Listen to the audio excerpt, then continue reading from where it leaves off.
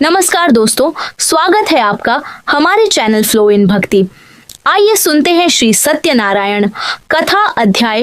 एक समय की बात है जब पावन तीर्थ नैमिषारण्य में शौनिक आदि 88,000 ऋषियों ने भगवान सूत जी से पूछा, हे प्रभु, इस काल सामान कलयुग में वैध विधा से रहित मनुष्यों को प्रभु भक्ति किस प्रकार से प्राप्त हो सकती है तथा उनका उद्धार किस प्रकार से होगा। अतः है मुनि श्रेष्ठ कोई ऐसा ताप बताने की कृपा करे जिसे कुछ समय में ही पुण्य फल की प्राप्ति हो और मनवांछित फल मिले। इस प्रकार की कथा सुनाने की हम इच्छा लेके आपके सन्मुख उपस्थित हुए हैं। सर्व वेदों के ज्ञाता महामुनि सूत जी जागृत हुए और बोले, हे वैष्णवों में श्रेष्ठ, आप सभी ने जन कल्याण हेतु बात पूछी है, अतः मैं आपको एक ऐसे व्रत के बारे में बताऊंगा जिसे स्वयं मुनिश्रेष्ठ नारद जी ने लक्ष्मी नारायण जी से पूछा था और लक्ष्मीपति ने नारद जी से कहा था। अतः आप सभी यही अपना आसन ग्रहण कर ध्यान पूर्वक सुने। एक समय की बात है जब मुनिश्रेष्ठ नारद जी जन कल्याण की भावना लिए अनेकों लोकों में विहरते हुए मृत्यु लोक में जा पहुंचे। वहां उन्होंने अनेकों योनियों में जन्म लिए सभी मनुष्यों को अपने कर्मों अनुसार दुख भोगते हुए देखा। उनका दुख देख नारद जी अति चिंतित हुए और सोचने लगे, कोई ऐसा यत्न किया जाए जिसके चलते इन सभी दुख भोग रहे मनुष्यों का उद्धार सहज हो जाए। इस विचार का मनन करते हुए वो भगवान श्री हरि के धाम विष्णु लोक में जा पहुंचे। वहां वो देवों के ईर्ष भगवान श्री हरि नारायण, जिन्होंने अपने हाथों में पद्म, शंख, चक्र और गदा धारण किए हुए हैं और गले में पुष्पमाला ग्रहण की हुई है, की स्तुति करने लगे। भगवान श्री हरि की स्तुति करते हुए नारद जी बोले, हे भगवान, आप सभी शक्ति से संपन्न हैं। आपको वाणी या मन भी प्राप्त नहीं कर सकते। आपका ना तो कोई आदि है, ना ही मध्य और ना अंत है। हे निर्गुण स्वरूप, समग्र सृष्टि के कारण अपने भक्तों का दुख हरने वाले, आपको मेरा शत शत नमन है। नारद जी की स्तुति सुन भगवान श्री हरि जागृत हुए और बोले, हे मुनिश्रेष्ठ, आपके मन में क्या बात है? आप यहाँ किस उद्देश्य से पधारे हैं? उसे निसंकोच हो के मुझे बताए। इस पर नारद जी बोले, हे प्रभु, आप तो सर्व जाता है, आपसे तो कुछ भी नहीं छिपा है। किंतु अगर आप मुझसे ही मेरे मन की बात कहवाना चाहते हैं तो सुनिए। मैं अभी अभी मृत्यु लोक से आया हुआ हूँ। मैंने वहाँ अनेकों योनियों में जन्मे मनुष्यों के अपने कर्मों अनुसार दुखों को भोगते हुए देखा है। मैं उनकी यह पीड़ा शब्दों में बता नहीं सकता, अतः आप मुझ पर कृपा करें और बताइए कि इन मनुष्यों का उद्धार किस प्रकार से संभव है। आपकी कृपा इन्हें कैसे प्राप्त हो सकती है? कोई यासव्रत मनोरथ बताइए जिससे सहज प्रयास से वे सभी अपने पाप कर्मों से मुक्ति पा सके। नारद जी की बात सुनकर श्री हरि बोले, हे नारद, मनुष्यों की भलाई के लिए आपने मुझसे बहुत अच्छी बात पूछी है, अतः मैं आपको एक ऐसे व्रत के बारे में बताने जा रहा हूँ जिसे करने से मनुष्य मेरी माया से रचित मोह बंधन से मुक्त हो जाएगा। इसलिए आप इसे ध्यानपूर्वक सुने। यह व्रत स्वर्ग और मृत्यु लोक में एक दुर्लभ उत्तम फल देने वाला है। आज मैं आपके प्रेम से वशीभूत होकर आपसे इस व्रत के बारे में कह रहा हूँ। श्री सत्यनारायण प्रभु का व्रत जो कोई मनुष्य पूर्ण श्रद्धा भाव और विधि विधान से करता है, वो यहाँ सभी सुख भोग कर अंत में मोक्ष प्राप्त करता है। भगवान श्री नारायण के ये वचन सुनकर नारद जी अति प्रसन्न हुए और बोले, हे प्रभु, इस व्रत को करने से किस पुण्य फल की प्राप्ति होती है? इस व्रत को करने का विधान क्या है? इस व्रत को पहले किसने किया हुआ था? इस व्रत को करने की सही तिथि क्या है? आप मुझे विस्तार से बताने की कृपा करें। नारद जी की बात सुनकर श्री नारायण बोले, हे नारद, दुख और शोक का नाश करने वाला यह व्रत मनुष्यों को सभी स्थानों पर विजय दिलाने में सक्षम है। हर मनुष्यों को श्रद्धा और भक्ति के साथ संध्या वेला को श्री सत्यनारायण की पूजा धर्मपरायण होकर अपने निकट बंधुओं और ब्राह्मणों के साथ करनी चाहिए। भगवान को पूर्ण श्रद्धा भाव से नैवेद्य में घी, दूध, केले का फल और गेहूं का आटा सवाया माप कर ले। अगर गेहूं का आटा न मिले तो उसके स्थान पर साठी का आटा ले। शक्कर तथा गुड़ लेकर और सभी भक्षण योग्य आहार को मिलाकर भगवान को भोग लगाए। व्रत धारक को पूरा दिन निराहार रहकर संध्या वेला को भगवान श्री सत्यनारायण की पूजा और कथा पठन करने पश्चात ब्राह्मणों और अपने बंधु बांधवों को भोजन करवाना है। उसके बाद ही स्वयं भोजन करना है। उस दिन भजन और कीर्तन के साथ भगवान को पूर्ण समर्पित हो जाना है। इस प्रकार से जो भी मनुष्य संकल्प के साथ भगवान श्री सत्यनारायण जी का व्रत संपन्न करता है, उसकी सभी मनोकामनाएं निश्चित रूप से फलित होती है। इस काल समान कल युग में यही एकमात्र व्रत है जो सहज भाव से मनुष्यों को मोक्ष की प्राप्ति दिला सकता है। इति श्री सत्यनारायण व्रत कथा का प्रथम अध्याय संपूर्ण। बद आयु श्रीमन नारायण नारायण हरि हरि, भज मन नारायण नारायण हरि हरि। श्री सत्यनारायण भगवान की जय। आइए अब सुनते हैं श्री सत्यनारायण कथा अध्याय दूसरा। सुत जी बोले, हे ऋषिगण, अब मैं पहले के समय में जिन लोगों इस पवन व्रत को किया था, मैं अब उनकी कथा का वर्णन करने जा रहा हूँ, अतः इसे ध्यानपूर्वक सुनना। एक समय की बात है, सुंदर काशी नगरी में एक अत्यंत निर्धन ब्राह्मण रहता था। भूख प्यास से ग्रसित होकर वो अपने नित्य कर्म को करते हुए यहाँ वहाँ भिक्षा मांगा करता था। ब्राह्मणों को अति प्रिय भगवान ने एक बार ब्राह्मण का वेश धारण करके उसके पास जाकर पूछा, हे विप्र, मैं तुम्हें कब से देख रहा हूँ, आप बहुत दुखी हो, आप ऐसे इस नगरी में क्यों घुमा करते हो? दीन ब्राह्मण बोला, मैं एक निर्धन ब्राह्मण हूँ, यह मेरा नित्य कर्म है, मैं भिक्षा मांगने के लिए इस नगरी में घुमा करता हूँ। हे पूज्य, आप मुझे कोई ज्ञानी जान पड़ते हो। यदि आपके पास मेरे इस दुख रूपी जीवन से छुटकारा पाने का कोई उपाय या व्रत है तो कृपा करके मुझे बताइए। ब्राह्मण की बात सुनकर वृद्ध ब्राह्मण मुस्कुराए और बोले, हे विप्र, भगवान श्री सत्यनारायण का व्रत ही एकमात्र उपाय है। ये व्रत करने से मनुष्य को मनोवांछित फल की प्राप्ति होती है, उनके के सारे कष्ट समाप्त हो जाते हैं और उसे मोक्ष की प्राप्ति होती है। वृद्ध ब्राह्मण के वेश में आए भगवान सत्यनारायण उस निर्धन ब्राह्मण को व्रत का सारा विधान बताने लगे और अंत में वहां से अंतर्ध्यान हो गए। निर्धन ब्राह्मण अब मन ही मन वृद्ध ब्राह्मण जिस व्रत को करने के बारे में कह गए थे, उसे करने का निश्चय कर चुका था। इसी निश्चय करने के बाद उसे पूरी रात्रि नींद नहीं आई।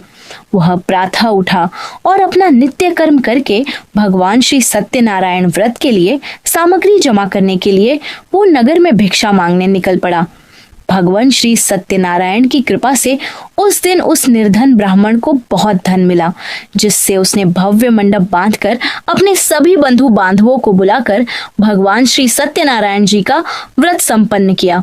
भगवान श्री सत्यनारायण का व्रत करने के पश्चात उसके सभी दुखों का धीरे धीरे अंत हो गया और उसने बहुत ही कम समय में अनेक प्रकार की संपत्ति अर्जित कर ली थी।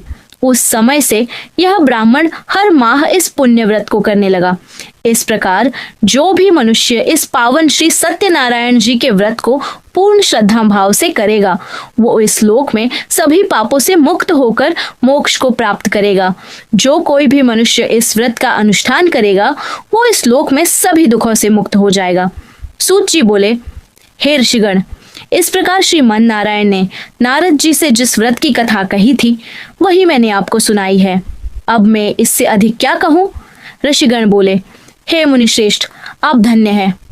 भगवान श्री सत्यनारायण की इस पावन कथा का श्रवण करके हम कृतार्थ हो गए। अब हमें इस संसार में उस विप्र ब्राह्मण से सुनकर जिसने इस व्रत को किया था, उनकी कथा सुननी है। हम पर कृपा करके उन कथाओं का वर्णन करें।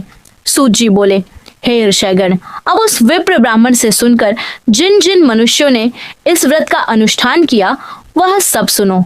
एक समय की बात है, वही विप्र ब्राह्मण अपने धन और ऐश्वर्य के अनुसार भगवान श्री सत्यनारायण का व्रत अनुष्ठान अपने सभी बंधु बांधवों के साथ अपने घर में किया हुआ था।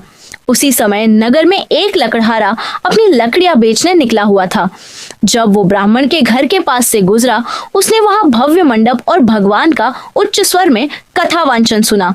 वो वहीं रुक गया और पंडाल के बाहर अपनी लकड़ियां रखकर अंदर झांकने लगा। भूख और प्यास से ग्रसित वो लकड़हारा प्रसाद लेने की इच्छा से अंदर गया। वहां उसने श्वेत परिधान धारण किए हुए यजमान ब्राह्मण को देखा और उसे पूछने लगा, हे ब्राह्मण देव, आप यह किस देव की पूजा कर रहे हो? इस पूजा का विधान क्या है? इस पूजा करने से किस फल की प्राप्ति होती है? वो सब मुझे कहे। ब्राह्मण ने कहा, यह सर्व दुखों को हरने वाला भगवान श्री सत्यनारायण जी का व्रत है। इसी व्रत की कृपा से ही मेरे धन धान्य की वृद्धि हुई है। विप्र ब्राह्मण की बात सुनकर लकड़हारा अत्यंत प्रसन्न हुआ। भगवान श्री सत्यनारायण का चरणामृत ग्रहण कर प्रसाद लेकर वो अपने घर गया। विप्र की बात से प्रभावित होकर उसने मन ही मन यह प्रण लिया कि आज ये लकड़ी बेचकर जो भी धन अर्जित होगा उससे वो भगवान श्री सत्यनारायण का व्रत अनुष्ठान करेगा। मन में व्रत का संकल्प लेके वो अपने सर पर लकड़ियां लेके नगर में बेचने निकल पड़ा, जहां धनी लोग ज्यादा रहते थे। भगवान श्री सत्यनारायण की कृपा से अपनी लकड़ियों के 4 गुना अधिक दाम मिले। लकड़हारा अधिक दाम मिलने पर बहुत प्रसन्न हुआ। अब उसने जो संकल्प लिया था उसके चलते उसने नगर के बाजार से शक्कर, केले, घी, दूध, दही और गेहूं का आटा सवाया लिया और अन्य सभी व्रत के अनुसार जरूरी सामग्री लेते हुए वो अपने घर गया। वहां उसने अपने सभी बंधु बांधवों को बुलाकर भव्य मंडप सजा के भगवान श्री सत्यनारायण जी का व्रत अनुष्ठान किया।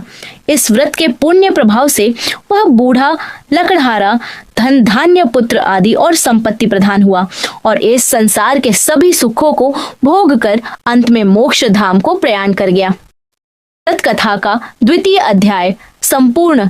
श्रीमन नारायण नारायण हरि हरि। भजमन नारायण नारायण हरि हरि। श्री सत्यनारायण भगवान की जय। चलिए सुनते हैं श्री सत्यनारायण कथा। अध्याय 3। सुत जी बोले, हे ऋषियों, अब मैं इससे आगे की कथा कहने जा रहा हूँ, अब इसे भी आप सुनिए। पूर्व काल में उल्कामुख नाम का एक राजा हुआ करता था। वह बड़ा ही पराक्रमी और सदैव सत्य मार्ग पर चलाने वाला था। वो प्रतिदिन देव स्थलों पर जाकर निर्धनों को दान में धन और धान्य देकर उनके कष्ट दूर किया करता था।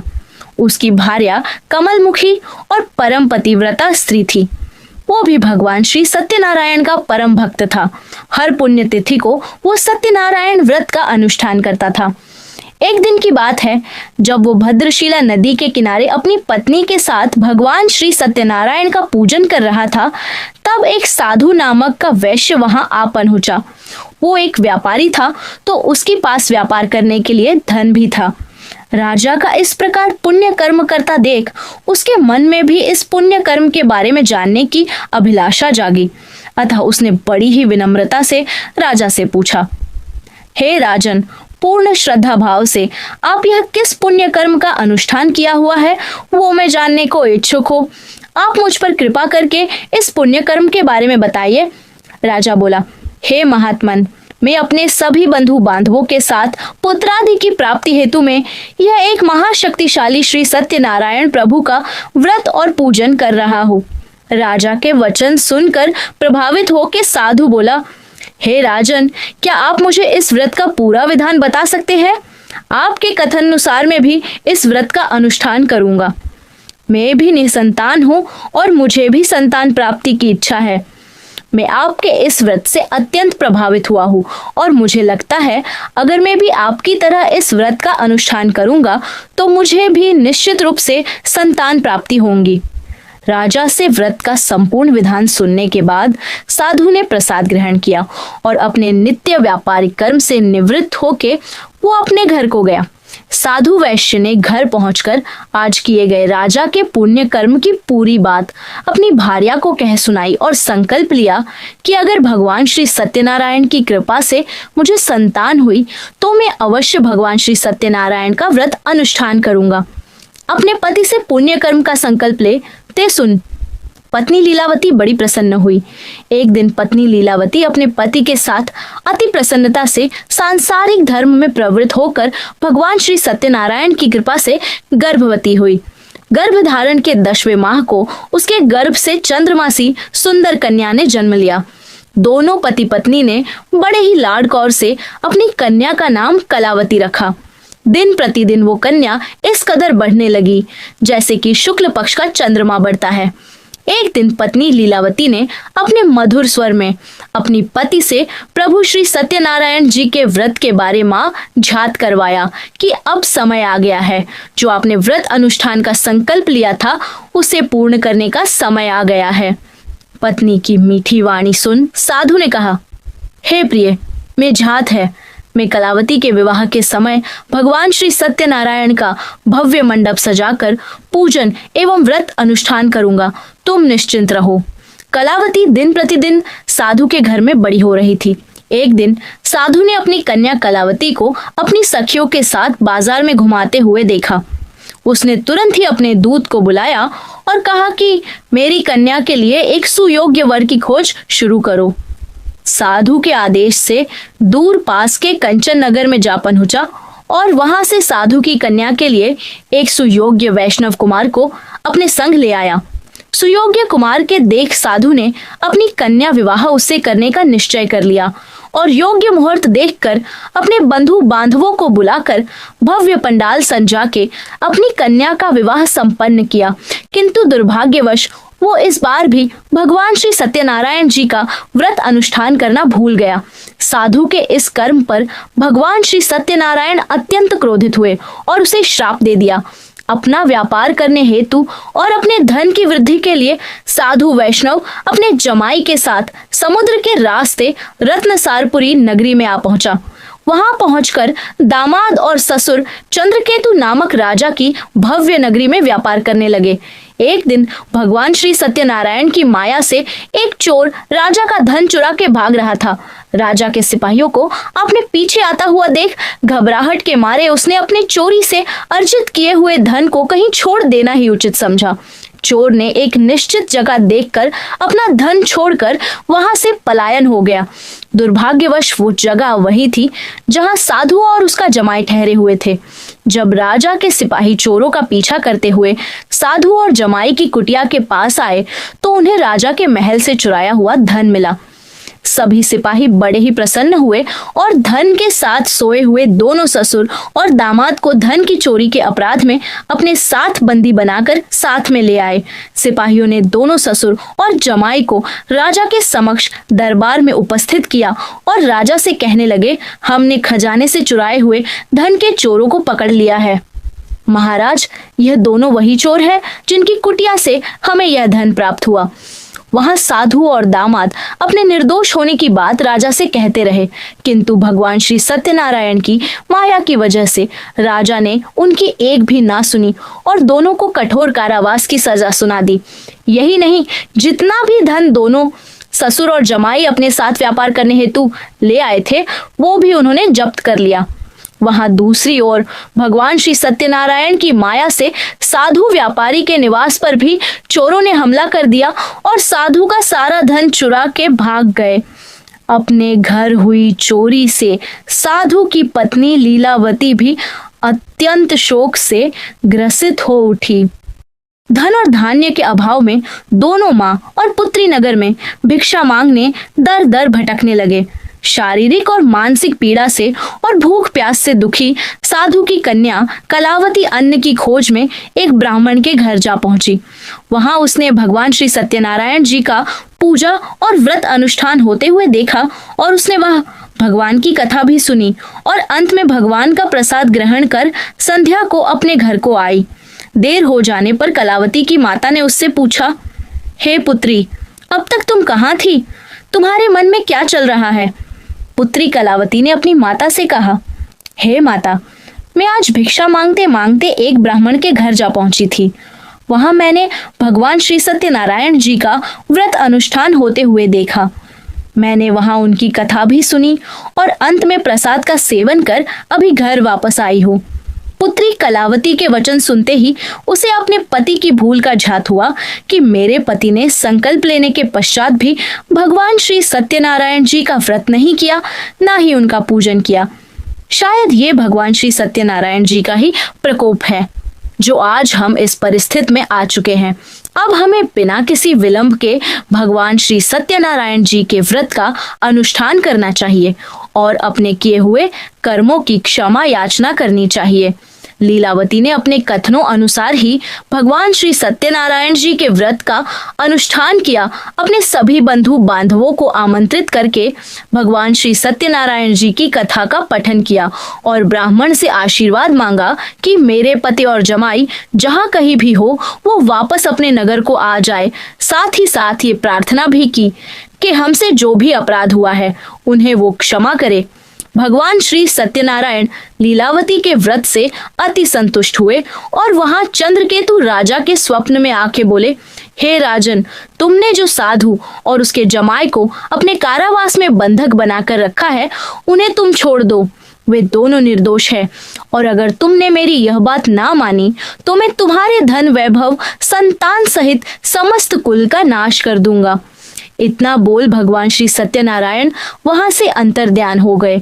दूसरे दिन प्रातः काल में राजा ने सभा बुलाई और सभा में अपने स्वप्न की पूरी बात कह सुनाई। राजा ने अपने सिपाहियों को आदेश दिया, आप जाओ और वो दोनों वणिक पुत्रों को कारावास से मुक्त करके हमारे समक्ष दरबार में उपस्थित करो।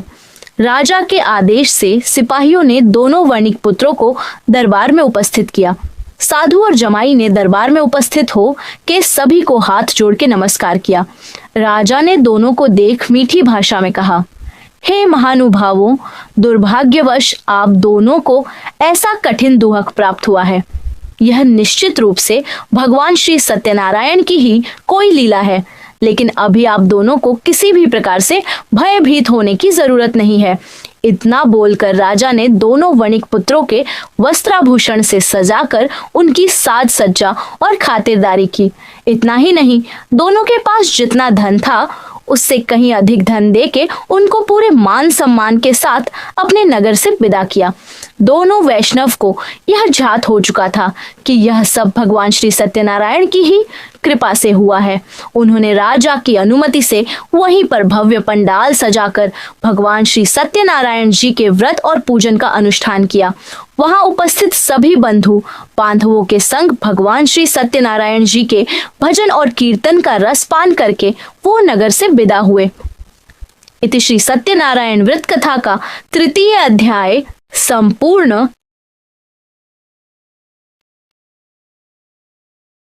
श्रीमन नारायण नारायण हरि हरि, भज मन नारायण नारायण हरि हरि। श्री सत्यनारायण भगवान की जय। आइए सुनते हैं श्री सत्यनारायण कथा अध्याय 4। सूत जी ने कहा, साधु वैश्य ने मंगलाचार करके अपनी यात्रा का आरंभ किया और अपने जमाई के अपने नगर की ओर चल दिए। उनकी यात्रा बस शुरू ही हुई थी कि थोड़े दूर आगे जाते ही रास्ते में उन्हें एक दंडी स्वामी मिले। असल में यहाँ भगवान सत्यनारायण दंडी स्वामी का वेश लेके आए हुए थे।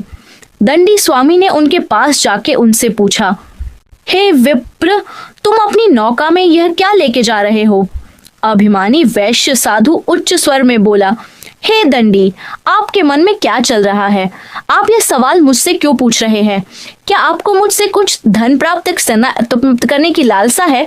तो मैं आपको कह दूं, मेरी नाव में तो केवल बेल और पत्ते ही है। वैश्य के इसे कठोर वचन सुनकर दंडी स्वामी के वेश में आए हुए भगवान सत्यनारायण ने कहा, हे वैश्य, जैसा तुमने कहा तुम्हारा वचन सत्य ही होगा। ऐसा बोलकर दंडी स्वामी वहां से आगे चले गए और समुद्र किनारे जाके बैठ गए। वहां साधु अपने नित्य कर्म को संपन्न करके वापस अपनी नौका के पास आया। वहां उसने देखा कि उसकी नौका बहुत हल्की जान पड़ रही है और पानी में ऊपर उठकर तैर रही है। वो घबराया और उसने नाव पर चढ़कर देखा तो उसके होश उड़ चुके थे। नाव में केवल बेल और पत्ते ही नजर आ रहे थे। अपने सारे धन को बेल और पत्ते के रूप में तैरता हुआ देख वो बेशुद्ध होकर वहीं समुद्र किनारे मूर्छित होकर जमीन पर गिर जाता है। मूर्छा खुलने पर वो अपना सिर पटक कर विलाप करने लगता है। तभी उसका जमाई उसके पास आता है और बोलता है, हे पिताश्री, आप शोक ना मनाए, यह सब कुछ उस दंडी स्वामी के श्राप के कारण ही हुआ है। चलिए उठिए, हमें उनकी शरण में जाना चाहिए, वे हमें जरूर क्षमा कर देंगे। अपने दामाद की बात सुनकर साधु दंडी स्वामी की शरण में जा पहुंचा और आंखों में अश्रु विलाप करता हुआ बोला, हे दंडी स्वामी, मेरे कहे गए असत्य वचन के लिए मैं आपसे क्षमा मांगता हूँ। मुझे धन का मोह गया था, इसलिए मैंने आपसे असत्य वचन कहे। हे कृपा सिंधु, मुझ अज्ञानी को क्षमा दान प्रदान करे। साधु के करुण वचन सुनकर भगवान सत्यनारायण अपने सत्य रूप में आके उसे दर्शन दिए और कहा, हे वाणिक पुत्र, मेरी ही कृपा से तुझे बार बार दुआ की प्राप्ति हुई है। इसका कारण कि तूने सदैव मेरा पूजन टाला है, अपने किए गए संकल्प को भूल गया है तू। भगवान के वचन सुनकर साधु गिड़गिड़ाता हुआ बोला, हे भगवान, आपकी माया से तो ब्रह्मा आदिदेव भी आपकी लीला को समझ नहीं सके, तो मैं तो एक अज्ञानी मनुष्य हूँ। मैं भला कैसे आपके इस स्वरूप को पहचान सकूंगा। आप मुझ अज्ञानी को क्षमा करे तो मेरी नौका से विलुप्त हुआ धन मुझे फिर से प्रदान करे, ताकि मैं आपका सुयोग्य पूजन और व्रत अनुष्ठान पूरा कर सकूं। साधु के भक्ति भाव पूर्ण वचनों को सुनकर भगवान श्री सत्यनारायण उस पर अति प्रसन्न हुए और उसका विलुप्त हुआ धन उसे फिर से प्रदान कर वहां से अंतर्ध्यान हो गए। जब साधु वापस अपनी नौका के पास पहुंचा तो उसने देखा कि उसकी नौका फिर से भरी होकर पानी में तैर रही है। उसने देखा कि भगवान श्री सत्यनारायण ने उसे जितना धन उसकी नौका में था उससे अधिक धन दिया हुआ है। अपनी नौका में धन को पुनः देख दामाद ने साधु से कहा, ये हे पिताश्री, यह जो भी खोया हुआ धन हमें वापस मिला है वो सब कुछ भगवान श्री सत्यनारायण की ही कृपा से प्राप्त हुआ है। अतः हमें यही भगवान श्री सत्यनारायण जी का व्रत और पूजन करना चाहिए। अपने जमाई की बात को सुन साधु वणिक ने वहीं पर अपने सहयात्रियों के संग भगवान श्री सत्यनारायण जी का पूजन और व्रत अनुष्ठान किया और हर्ष के साथ अपने नगर के लिए प्रस्थान किया। जब वे अपने नगर के निकट आ गए थे तब अपने दूत के हाथों अपनी पत्नी लीलावती को संदेश भिजवा दिया। दूत अपने स्वामी का संदेश लेके नगर में जा पहुंचा और अपनी मालकिन से जाके बोला, ने यहाँ भेजा हुआ है। दूत की बात सुनकर साधु की पत्नी लीलावती अत्यंत प्रसन्न होकर भगवान श्री सत्यनारायण जी का पूजन कर अपनी कन्या कलावती से कहती है, हे पुत्री, मैं अपने स्वामी के दर्शन के लिए समुद्र तट पर जा रही हूँ, तू भी अपनी पूजा संपन्न करके वही आ जाना। ऐसा बोल वो दूत के साथ समुद्र तट की ओर प्रस्थान कर लेती है। वही कन्या कलावती अपने स्वामी को देखने की लालसा में भगवान श्री सत्यनारायण जी का पूजन कर प्रसाद ग्रहण किए बिना ही अपने स्वामी को देखने समुद्र तट की ओर प्रस्थान कर जाती है।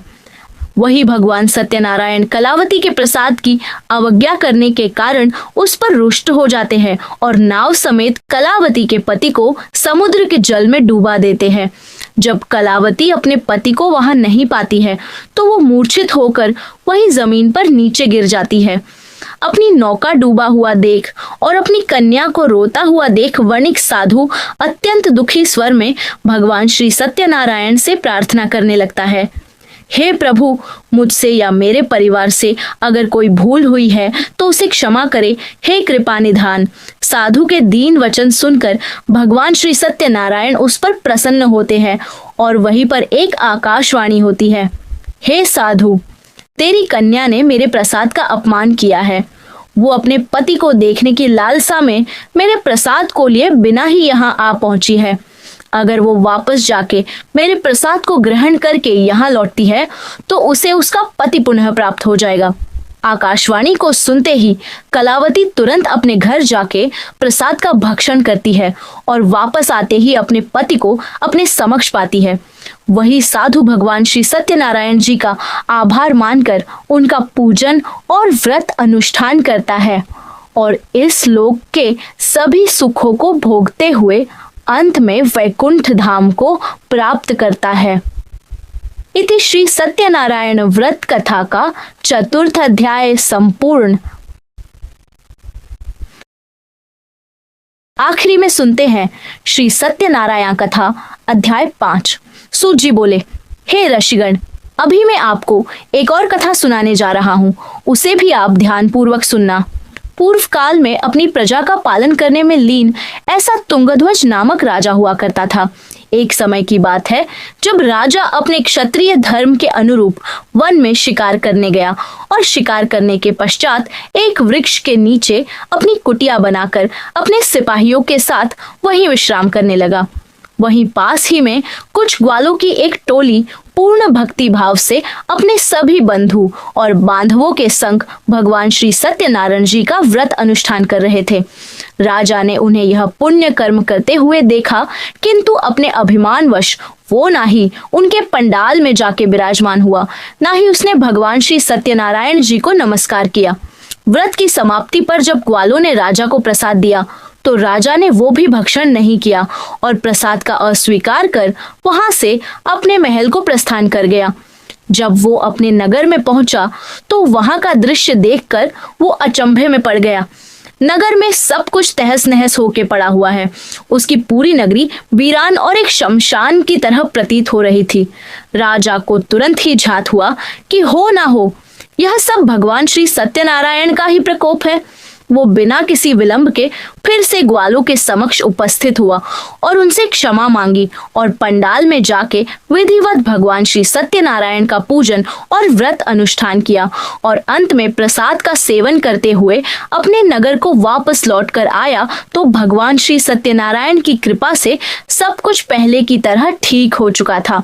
राजा दीर्घकाल तक सुख भोगने का बाद अपनी मृत्यु के पश्चात उसे स्वर्गलोक की प्राप्ति हुई। जो भी मनुष्य इस दुर्लभ व्रत का संकल्प और अनुष्ठान करता है वो भगवान श्री सत्यनारायण की अनुकंपा प्राप्त करता है और उसे धन धान्य की प्राप्ति होती है और वो सभी सुखों को भोगता है। निर्धन धनवान हो जाता है और संतानहीन को संतान की प्राप्ति होती है। मनुष्य अपना संपूर्ण जीवन भयमुक्त होके व्यतीत करता है और अंत में प्रभु श्री हरि के वैकुंठ धाम को प्राप्त करता है। सूत जी ने कहा, हे ऋषिगण, अब जिन्होंने पहले इस व्रत को किया है, अब मैं उनके अगले जन्म की कथा कहता हूँ। वृद्ध शतानंद ब्राह्मण ने अपने अगले जन्म में सुदामा ब्राह्मण का जन्म लिया और भगवान श्री कृष्ण के मित्र बने और अंत में मोक्ष को प्राप्त हुए। लकड़हारे ने अपने अगले जन्म में निषाद बनकर अंत में मोक्ष की प्राप्ति की। उल्कामुख नाम का राजा अपने अगले जन्म में राजा का दशरथ बने और श्री राम के पिता बनने का सौभाग्य प्राप्त किया और अंत में मोक्ष प्राप्त किया। साधु नामक वैश्य ने अपने अगले जन्म में राजा मोरध्वज बनकर अपने ही पुत्र को आरी से काटकर अंत में मोक्ष को प्राप्त किया। महाराज श्री तुंगध्वज ने स्वयंभू होकर भगवान के भक्ति पूर्ण कर्म करते हुए अंत में मोक्ष धाम को प्राप्त किया। यह है श्री सत्यनारायण व्रत कथा का 5वां अध्याय, संपूर्ण। श्रीमन नारायण नारायण हरि हरि।